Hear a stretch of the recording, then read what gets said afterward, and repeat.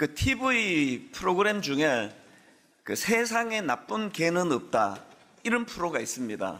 이 프로는 이제 막 이런저런 문제를 일으키는 그 강아지들, 그래서 어떤 때는 보면 막 주인을 물기도 하고 또 손님을 막 물어가지고 다치기도 하고, 그리고 또 이제 그 주인이 이제 아침에 출근하고 나면 그 격리불안이라 그러죠. 막 견딜 수 없어서 막 온 집안의 물건을 다 뜯어놓고 막 이렇게 이제 그 문제를 일으키는 개들을 이제 전문가가 찾아가서 그 개를 이제 그 행동을 교정해주는 그런 프로인데요. 제가 그 프로를 볼 때마다 진짜 신기하게 생각하는 게, 이 완전히 통제불능의 그 강아지예요. 이 누구 말도 듣지 않고 통제불능인데, 딱 전문가가 와가지고 그 막 복잡하지도 않습니다. 몇 가지 딱딱딱 이렇게 짚어주고 나면 믿겨지지 않을 만큼 이게 양순한 그런 그 강아지로 변하는 걸 보거든요. 어떨 때는 이거 뭐 진짜 이 짜고 하는 건가? 가만 생각해도 개하고 짤 수는 없는 것 같은데요. 너무 태도가 달라지니까요. 오늘 본문에서 말하는 온유가, 이게 온유예요. 이게 무슨 말씀인가 하면은, 자, 5절, 오늘 다루게 될 8가지 복 중에서 세 번째 복인 온유. 온유한 자는 복이 있나니 그들이 땅을 기업으로 받을 것이며, 여기 나오는 온유가 헬라어로 프라우스라는 단어인데요. 이 프라우스라는 단어는 원래 길들여진 야생동물의 성질을 나타낼 때 사용하는 단어라는 겁니다. 제가 왜 그 세상에 나쁜 개는 없다라는 프로에서 그 전문가 손에 의해 길들여진 그 강아지의 상태, 이거를 제가 온유라고 말했는지 아시겠죠? 그래서 저는 그 프로를 볼 때마다 참 온유한 개야, 전문가에 의해서 길들여져 온순해지면 그게 온유한 거예요. 예전에 제가 한번 설명한 적이 있는데요. 그 중세시대에 그 전쟁이 일어나면은 그 전쟁에 쓰이는 말은 이렇게 집에서 잘 길들여져서 온순한 그런 말을 사용하는 게 아니랍니다.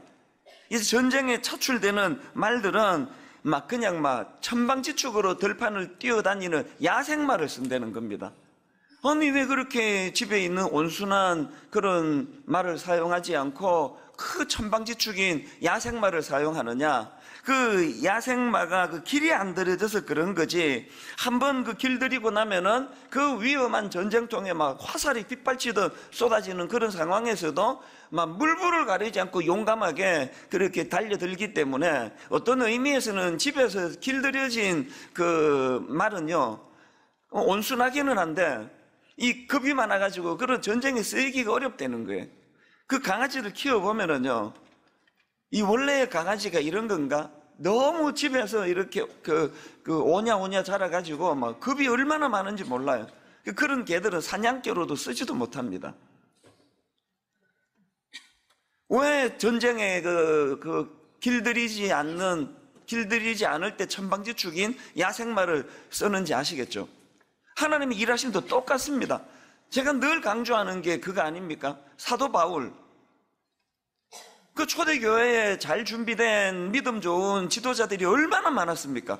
그 수많은 지도자들 중에 아무나 골라도 될 것 같은데, 하나님은 유독 그렇게 포악하고 예수 믿는 사람 잡아 죽이려고 혈안이 돼 있고, 그 스데반이 죽을 때도 그 주동하면서 앞장섰던 인물이 그 못된 바울인데요. 그 하나님은 왜 그 좋은 수많은 지도자들을 내버려두고 이런 포악한 인간을 하나님이 들어 쓰시느냐? 하나님의 관점이 그거예요. 저 바울이 저게 지금 그 지도를 잘 못 받아서 그런 거지, 저 야생마 같은 바울을 성령 안에 잘 다듬으면은 그 놀라운 에너지가 초대교회에 아름답게 쓰일 것이다. 이게 하나님의 시각이에요. 오늘 여러분 그냥 교회에서 맨날 저 집사들은 저건 문제가 많아, 저 인간 때문에 그냥 힘들어 죽겠어, 이런 분들이 이번에 막 이 새벽 집회에서 은혜 받고 뒤집어지면요, 막 이제 사도 바울이 되는 거예요. 그런 분들이. 이게 온유라는 단어가 내포하고 있는 하나님의 그 의미가 그 단어 속에 담겨 있는 거 아니겠습니까? 이런 점에서 저는 하나님 손에 다스려지는 차원에서의 온유, 이게 참 중요한데요. 이런 의미에서 오늘 우리는 예수님이 말씀하시는 이 온유한 자는 복이 있나니 할 때 이 온유가 어떤 개념을 갖고 있는지를 기억하시면서 이제 우리가 내가 온유한 사람인가? 나는 하나님에 의해 그 통제되고 다스림을 받는 차원에서 나는 온유한 사람인가? 이거를 점검하기 위하여 두 가지 큰 질문을 던져야 됩니다. 첫 번째 질문이 뭐냐? 내 인생은 하나님의 통제하심이 작동되고 있는가? 제가 보기에 오늘 한국교회의 비극은요, 하나님에 의해 통제되지 않는 그런 지도자들이 너무 많다는 거예요. 선한 일 한다는데 이 기독교를 지켜야 된다고 너무나 지금 흥분해 있는데 그게 하나님에 의해 통제가 되지 않는 열정이면 그건 정말 위험한 거라는 거예요. 동기는 순수한데 그 의도는 알겠는데 의도가 좋을수록 늘 주인 되시는 하나님에 의해 통제를 받지 않으면 그건 컨트롤 되지 않는 산불과 같은 그 위험이 있다는 거예요. 여러분이 잘 아시는 갈라디아 5장 22절 23절에 성령의 열매들이 쭉 열거되지 않습니까? 오직 성령의 열매는 사랑과 희락과 화평과 오래 참음과 자비와 양선과 충성과 그리고 마지막 두 개 온유와 절제니, 여러분 이 성령의 열매를 마무리하는 맨 끝에 온유와 절제는 이게 동전의 양면 같은 거예요. 성령의 열매 안에 이 온유가 있다는 게 뭘 의미합니까? 오늘 여기서 막 그냥 깨달음을 얻고 이제 나 이제 온유해져야지, 이제 나 이제 좀 부드러워져야지, 그렇게 결심해서 이루어지는 게 아니고요. 온유하고 싶으세요? 하나님에 의해 통제받는 인생 되고 싶습니까? 성령 충만을 구하시기를 바랍니다. 그건 성령의 열매예요, 온유는.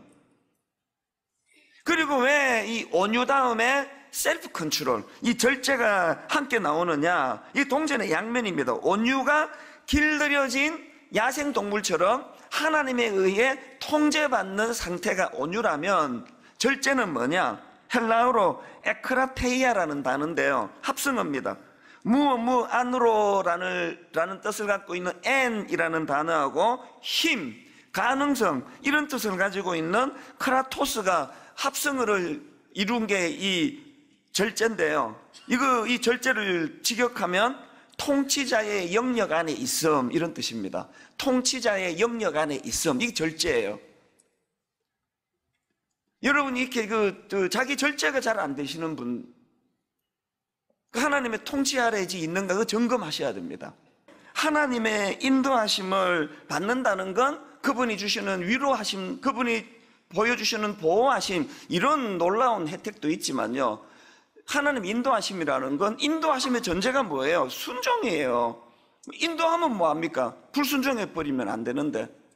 그렇기 때문에 하나님의 인도하심의 전제에는 이 간섭하심, 통제하심, 온유하기를 원하세요? 하나님의 통제 아래에서 그분의 통제를 받는 거예요.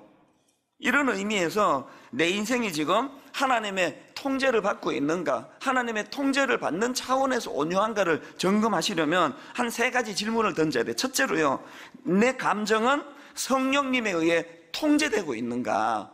여러분의 감정이 성령님에 의해 통제되지 않으면요, 너무 좋은 말로 자녀들에게 하는데 통제되지 않은 감정으로 하면 그게 애들에게 독이 돼요. 내 자녀를 노엽게 하지 마라 그러잖아요. 부부간에 강도직 가르쳐가지고 이혼하는 집 없습니다. 어느 남편이 또 어느 아내가 남편 보고 오늘 강도직 돼갖고 돈 좀 벌어라, 그런 집이 어디 있습니까? 다 좋은 얘기예요. 그런데 성령님에 의해 통제되지 않는 감정으로 쏟아 놓으니까 그 좋은 말이 독이 되는 거거든요.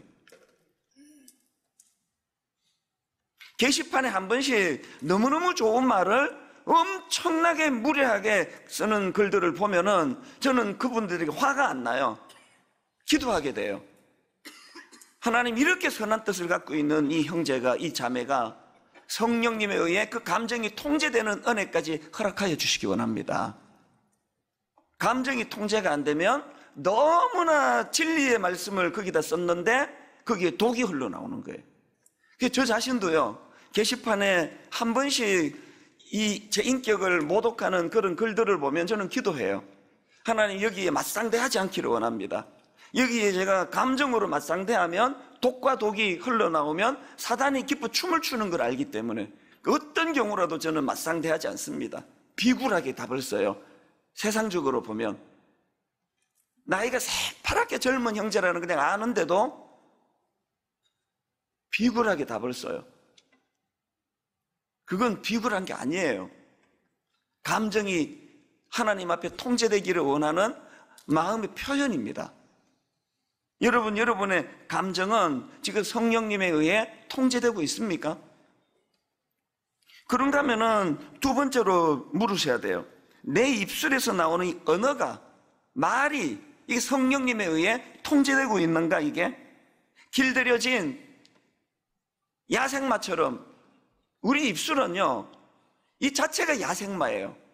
이 언어 자체가 이게 이 죄성을 가진 인간의 가장 컨트롤 안 되는, 통제가 안 되는 야생마 하나를 대라 그러면 저는 입술을 대겠습니다. 여러분 알잖아요. 내 의지랑 상관없이 막 나오는 거예요. 막 부부싸움 하면서 많이 경험하실 텐데요. 막 들이퍼부으면서 내가 오늘 왜 이러지? 머리에서는 막 왜 이러지 통제가 안 되는 게 말이에요. 성령님에 의해 가장 통제돼야 되고 길들여져야 되는 게 언어라는 사실이에요. 여러분 입술에서 나오는 말이 주님께 주님이 기쁘게 여기고 받아들인 네 말이 너무 내게 기쁨이 된다. 여러분의 입술이 헌금보다 더 소중한 하나님 앞에 드려지는, 연락되어지는 산 제물이 되시기를 바랍니다. 그러려면 우리 입술이 성령님에 의해 통제를 받아야 돼요. 막 그냥 내키는 대로 막 그냥 짓거려대는 그게 다 말이 아니에요. 막 나오는 대로 그냥 막 짓거리고 막 나오는 대로 쓰재끼고 막 글 쓰고 막 그게 다 말이 아니고 다 글이 아니에요. 오늘 회개할 때 하나님, 내가 아내, 가장 사랑하는 아내, 가장 사랑하는 남편, 가장 사랑하는 내 부모님, 특히 우리 자녀들, 우리 어른들한테 말 통제해야 됩니다. 자녀한테도 조심해야 되는데 하물며 어떻게 그 연로하신 어른들한테 할 말 못할 말을 구분하지 못하고 막 그냥 나오는 대로 짓거리느냐고요. 어른한테 성령님에 의해 통제가 되는 그 언어를 가지고 그렇게 다가가는 게 그게 온유예요. 그런가 하면 마지막 세 번째로 나의 물질적 탐욕이 성령님에 의해 통제되고 있는가, 이 점검하셔야 됩니다. 여러분 아시지만 구약의 이스라엘 백성들이 동가숙 서가시 가면서 광야 생활을 할 때 하나님이 만나를 주시는데요, 이 참 이상한 게 하나 있습니다. 출애굽기 16장 4절을 보세요. 그때에 여호와께서 모세에게 이르시되 보라, 내가 너희를 위하여 하늘에서 양식을 비같이 내리리니 백성이 나가서 일용할 것을 날마다 거둘 것이니라. 이게 정말 이상한 게 이게 언밸런스예요. 지금 막 하늘에 막 만나를 비같이 내려주시는데 유통기한이 하루예요. 아니 하늘에 비같이 주시면 유통기한을 뭐 한 365일 정도를 주시던가, 유통기한이 하루면 하루치만 주셔야지 왜 하늘에 비같이 들이퍼부으시고 실제적으로 그 욕심이 나가지고 그 다음날 끝까지도 이렇게 그도 보면 아침에 막 바로 벌레가 생기고 냄새가 나고 못 먹는, 이게 뭐 애들 말로 이거 뭐 약 올리는 것도 아니고 왜 그렇게 하는지 아세요? 광야에서의 만나는요, 광야 생활이 가지고 있는 특징을 가르쳐 주는데 이거는 절제훈련이에요. 절제훈련. 하나님 앞에서 내가 자족 훈련하는 게 그게 만나예요. 비같이 들이퍼부어주고 이것만 내가 거두면 내가 막 10년어치도 먹을 수 있지만 나는 오늘 하루원치만 가져가겠다. 주기도문의 정신이 그거 아닙니까? 일용할 양식을 구하는 정신. 오늘 여러분 그렇게 풍족하게 쓰고 또 쓰고 그래도 남는 건 여러분 거 아니에요. 그 여러분 거 아닙니다. 여러분의 물질적 탐욕이 성령님에 의해 통제되고 있는가? 그래서 여러분 이것만 기억하시면 됩니다. 온유는 하나님에 의해 통제되는 거, 이게 온유예요. 그런가 하면은 큰 두 번째로 나는 온유한 사람인가를 점검하기 위해서 하나님에 의해 통제되는 것도 중요하지만 두 번째는 그것이 사람들에게 온유로 나타나고 있는가. 이 온유는 이제 사전적 의미를 제가 말씀드렸죠. 민수기 12장 3절에 보면요, 이 사람 모세는 온유함이 지면의 모든 사람보다 더하더라. 세 번역으로 보니까 모세로 말하자면 땅 위에 사는 모든 사람 가운데서 가장 겸손한 사람이다, 이런 표현이 나오는데, 이 배경이 어떻게 되는가 하면 민수기 12장 1절 2절 바로 그 앞에 말씀입니다. 모세가 구스 여자를 취하였더니 그 구스 여자를 취하였으므로 미리암과 아론이 모세를 비방하니라. 그들이 이르되 여호와께서 모세와만 말씀하셨느냐 우리와도 말씀하지 아니하셨느냐 하며 여호와께서 이 말을 들으셨더라. 지금 미리암과 아론이 지도자 그 모세를 향하여 이 구스 여자와 결혼한 것에 대하여 비방을 하는 거예요. 비방하면서 막 모세를 조롱하는 것 같습니다. 하나님은 모세를 통해서만 말씀하셨느냐, 우리를 통해서도 말씀하시지 않았느냐, 이런 식으로 비방하는데, 가장 가까운 형제가, 누이가 이런 식으로 이제 막 그 조롱을 하면서 비방을 하는데, 놀랍게도 모세가 일절 반응하지 않아요. 그게 어떤 설명도 없습니다. 모세는 지금 통치자예요. 권력을 갖고 있습니다. 아무 반응을 하지 않습니다. 그런가 하면 그 이후에도 모세의 성숙함을 엿보는 수 있는 게 뭐냐, 그 일로 미리암이 심판을 받아가지고 나병에 걸리지 않습니까? 그랬더니 모세가 어떤 반응을 보이느냐, 민수기 12장 13절 모세가 여호와께 부르짖어 이르되 하나님이여 원하건대 그를 고쳐주시옵소서. 이게 온유예요. 감정을 감정대로 맞상대하지 않는 것. 꼴 좋다, 알지도 못하면서 저렇게 날 비방하더니 꼴 좋다, 이거 온유 아닙니다. 바로 여기서 제가 나오는데, 이 말씀을 묵상하는데 스데반이 떠오르. 스데반이, 온유의 대명사 스데반. 뭘 잘못했습니까? 복음을 복음으로 전한 죄밖에 없습니다. 그랬더니 이 인간들이 마음에 찔려 그를 향하여 이를 갈거늘 그래가지고 돌로 스데반을 쳐 죽였어요. 그렇게 억울하게 죽어가는 스데반이 그 원수들을 향하여 던지는 온유의 모습이 사도행전 7장 59절 그들이 돌로 스데반을 치니 스데반이 부르짖어 이르되 주 예수여 내 영혼을 받으시옵소서 하고, 그 다음 60절입니다. 무릎을 꿇고 크게 불러 이르되 주여 이 죄를 그들에게 돌리지 마옵소서. 이거 온유예요. 오늘 우리가 하나님 앞에서 이 온유가 있는지를 점검하고, 다시 말씀드립니다, 이 온유는 결단에서 얻어지는 게 아니라 성령의 열매예요. 성령님 아니고는 이런 온유가 우리 안에 없습니다. 모세 이야기를 금방 드렸지만요, 그 고마운 모세를 향하여 이스라엘 백성들이 광야 내내 얼마나 모세를 힘들게 합니까? 대표적으로 민수기 14장 1절 온 회중이 소리를 높여 부르짖으며 백성이 밤새도록 통곡하더라. 이스라엘 자손이 다 모세와 아론을 원망하며 온 회중이 그들에게 이르되 우리가 애굽 땅에서 죽었거나 이 광야에서 죽었으면 좋았을 것을 어찌하여 여호와가 우리를 그 땅으로 인도하여 칼에 쓰러지게 하려 하는가? 우리 처자가 사로잡히리니 애굽으로 돌아가는 것이 낫지 아니하랴? 여러분, 이건 안 겪어본 사람은 몰라요. 이 배신감, 내 인생을 바쳐서 도와줬는데, 내 모든 걸 다 쏟아가지고 사랑을 줬는데 돌아오는 건 겨우 이거예요. 겨우. 이게 차라리 없는 게 낫겠다고. 애굽으로 돌아가 내 벽돌 꿇고 종으로 사는 게 낫지, 이게 뭐냐고. 여러분, 이게 얼마나 배신감을 느끼게 만드는, 저도 이런 경험이 몇 번이나 있거든요. 치가 떨리는 배신감을 느끼는 일들을 겪을 때마다 저는 모세를 생각해요. 내게 없는 온유, 성령님, 모세가 가진 그 온유. 왜 모세가 가진 온유라고 표현했습니까? 이렇게 그냥 내내 원망하고 내내 불평하고 그런 치가 떨리는 그 인간들의 모습인데, 출애굽기 32장에서 이스라엘 백성들이 우상을 섬기다가 하나님의 진노를 사서 이제 이게 너무나 위기를 당한 그때에 그 백성을 향한 모세의 중보기도를 한번 들어보세요. 출애굽기 32장 31절. 모세가 여호와께서 다시 나아가 여짜오되 슬프도소이다. 이 백성이 자기들을 위하여 금신상을 만들어 싸우니 큰 죄를 범하였나이다. 그러나 이제 그들의 죄를 사하시옵소서. 그러나 이제 그들의 죄를 사하시옵소서. 그렇지 아니하시오면 원하건대 주께서 기록하신 책에서 내 이름을 지워버려 주옵소서. 믿으시세요? 이해가 됩니까? 어느 후배 목사가 치가 떨릴 정도로 저를 배신했는데, 그 사람이 결과적으로 어떤 일로 잘못됐다 할 때 내가 이렇게 기도할 자신이 없습니다. 자신이 없는 정도가 아니라 못합니다. 불가능합니다. 어떻게 그렇게 치가 떨리는 배신한 그 사람을 위하여 아버지 하나님, 내 영혼을 주께서 기록하신 책에서 내 이름을 지워버리더라도 그를 사하여 주시옵소서, 이렇게 기도할 수 있습니까? 없습니다.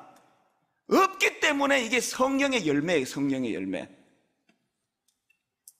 이번 특세를 통하여 여러분 좋은 도전 받게 된 거 아닙니까? 하나님은 우리를 너무나 영적으로 고급 장교로 생각하기 때문에 이를 악물고 용서해야 돼요. 이를 악물고 그 사람을 축복해야 돼요. 저도 이 악물고 있는 중입니다. 임플란트를 많이 해서 하도 많이 물어가지고 이를 악물고라도 기어이 용서하기를 원합니다. 기어이 용서하는 자리에 가는 정도가 아니라 아버지 그를 축복하기를 원합니다. 그 영혼이 잘 되기를 원합니다. 원래의 내 성격하고는 이게 하나도 안 맞는 어색한 행동이지만 게시판에 저를 모독하는 글을 공개적으로 올릴 때 바로 논리적으로 그거를 반박할 수 있는 그게 저에게 있지만, 이를 악물고 고마운 말씀 잘 들었다고, 곰곰이 살피면서 내가 반성하겠다고 그런 글을 올리는 건 원래의 오리지널 내 성격하고는 너무 안 맞는 어떨 때 위선 같아요. 위선. 맞습니다. 그 위선 맞아요. 그거 내 성격 아닙니다. 그러나 그러기를 원하는 거예요. 하나님, 모세가 가졌던 그 아름다운 온유, 이 사람 모세는 온유함이 지면의 모든 사람보다 더하더라. 부럽지 않으세요? 고린도전서 13장 4절에 보면요, 사랑은 오래 참고 사랑은 온유하며, 여기도 온유가 나와요. 여기 나오는 온유하면은 기본적으로 친절함 이런 뜻을 갖고 있는데요, 더 깊이 살펴보면은 이 온유함이라는 거는 내게 해를 끼치는 자에게 친절과 선을 베푼다, 이런 행위적인 뜻을 갖고 있습니다. 여러분에게 해를 끼치는 그 자에게 친절을 베풀 수 있는 이게 고린도전서 13장에서 말하는 사랑이에요. 5절에 나오는 이제 이 땅을 기업으로 받는다, 이제 이것만 살피고 마무리하겠습니다. 온유한 자는 복이 있나니 그들이 땅을 기업으로 받을 것이며, 이렇게 하나님이 말씀하시는 온유, 이 온유한 자가 행복하다는, 이런 자가 복이 있는데 왜 그러냐? 땅을 기업으로 받는다는 겁니다. 여기서 땅을 기업으로 받는 게 뭐냐? 막 여러 종류의 해석이 있는데요, 고신대 변종길 교수님이 쓴 산상보온이라는 책에서 간략하게 참 잘 설명했더라고요. 여기서 땅을 기업으로 받는다는 게 뭐냐? 이렇게 설명합니다. 여기서 말하는 땅은 1차적으로 미래의 새 땅을 가리킨다. 다시 말해 성도들이 미래에 들어가서 살게 될 새하늘과 새 땅을 말한다. 말씀드렸잖아요. 1부터 8까지가 현재 시제고 2부터 7까지가 미래 시제라고요. 베드로후서 3장 12, 13절, 하나님의 날이 임하기를 바라보고 간절히 사모하라. 그날에 하늘이 불에 타서 풀어지고 물질이 뜨거운 불에 녹아지려니와 우리는 그의 약속대로 의가 있는 곳에 새 하늘과 새 땅을 바라보도다. 오늘 본문에서의 땅이 여기서 말하는 새 하늘과 새 땅이라는 거예요. 현대인의 성경으로 보면은 그 땅의 성격이 너무 선명하게 기록된 걸 제가 봤는데요, 보십시오. 그러나 우리는 하나님의 약속대로, 그 다음 보세요, 정의만이 있는 새하늘과 새 땅이에요. 정의만이 있는 새하늘과 새 땅. 여러분, 온유한 자에게 어떤 복이 있습니까? 온유한 자가 누리는 복이 뭡니까? 온유한 자는 복이 있나니 그들이 땅을 기업으로 받을 것이요 라는데, 그 땅이 어떤 땅이에요? 장차 주님 이 땅에 재림하실 때 정의가 그 특징으로 있는 그 땅, 불의가 자리 잡지를 못하도록 하는 그 땅, 정의만이 있는 새하늘과 새 땅, 그 땅을 하나님이 주실 거기 때문에 그런 자들이 땅에서는 맨날 손해보는 것 같고 맨날 억울하고 말 한마디 제대로 못하고 삼키고 그렇게 억울하지만 정신적으로 건강할 수 있는 게 뭔가 하면 이거예요. 이 소망이 있거든요. 주님 다스리는, 장차 오실 주님이 우리에게 주실 새하늘과 새 땅은 공의가 살아있고 정의가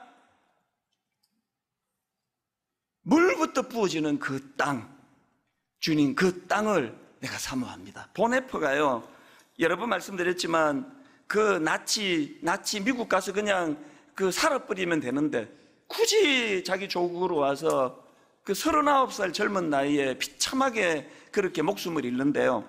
그게 어떻게 가능했냐? 디트리히 보네퍼 묵상 52, 여기 보면은요, 온유한 자가 땅을 차지한다. 이거 읽어드리고는 말씀을 마무리하겠습니다. 이 보네퍼의 말을 들어보세요. 땅은 이처럼 권리와 힘이 없는 사람들에게 속합니다. 지금 폭력과 불법으로 땅을 차지한 자들은 땅을 잃어버릴 것입니다. 이 세상에서 땅을 포기한 자들, 십자가에 이르기까지 온유한 자들은 새로운 땅을 지배할 것입니다. 여기서 우리는 세상 안에서 일어날 형벌의 정의를 생각할 필요는 없습니다. 칼빈은 하늘나라가 내려오면 땅의 모습은 새로워질 것이며 땅은 예수님의 공동체의 땅이 될 것입니다. 또 이런 대목도 있습니다. 들어보세요. 하나님은 땅을 버리지 아니하십니다. 하나님은 땅을 창조하셨습니다. 하나님은 자신의 아들을 세상에 보내셨습니다. 하나님은 이 땅에 자신의 교회를 세우셨습니다. 이처럼 이미 이 시대에 주춧돌이 세워졌습니다. 하나의 표지가 세워졌습니다. 이미 이곳에서 힘없는 자들에게 한 조각의 땅이 주어졌습니다. 그들은 십자가에 이르기까지 박해를 당하는 가운데서도 교회와 공동체와 보물과 자매들과 형제들을 가지고 있습니다. 그렇지만 골고다도 한 조각의 땅입니다. 가장 온유한 자가 죽었던 골고다로부터 땅은 새로워질 것입니다. 하나님의 나라가 올 때 온유한 자들이 땅을 차지하게 될 것입니다. 여러분, 그 나치의 끔찍한 박해 속에서 결국은 죽음으로 인생을 끝낼 수밖에 없었던 보네퍼를 우리 모두가 다 흠모하고 그 삶, 그 죽음을 부러워하는 것은 그가 가진 온유함 때문이에요. 그가 꿈꾸는 온유함. 그러나 우리는 하나님의 약속대로 정의만이 있는 새하늘과 새 땅, 그 땅을 사모하면서 여유롭게 내게 아픔을 주고 내게 상처를 주고 나를 못 오가는 수많은 사람들에 대하여 모세와 같이 관용으로 그를 품고 대하는 그런 믿음의 사람들, 복된 사람들 되시기를 주님 이름으로 축원합니다. 지금은 선교 헌금 시간입니다. 이 예배를 통해 삶 가운데 은혜와 회복이 충만하시길 간절히 기도합니다.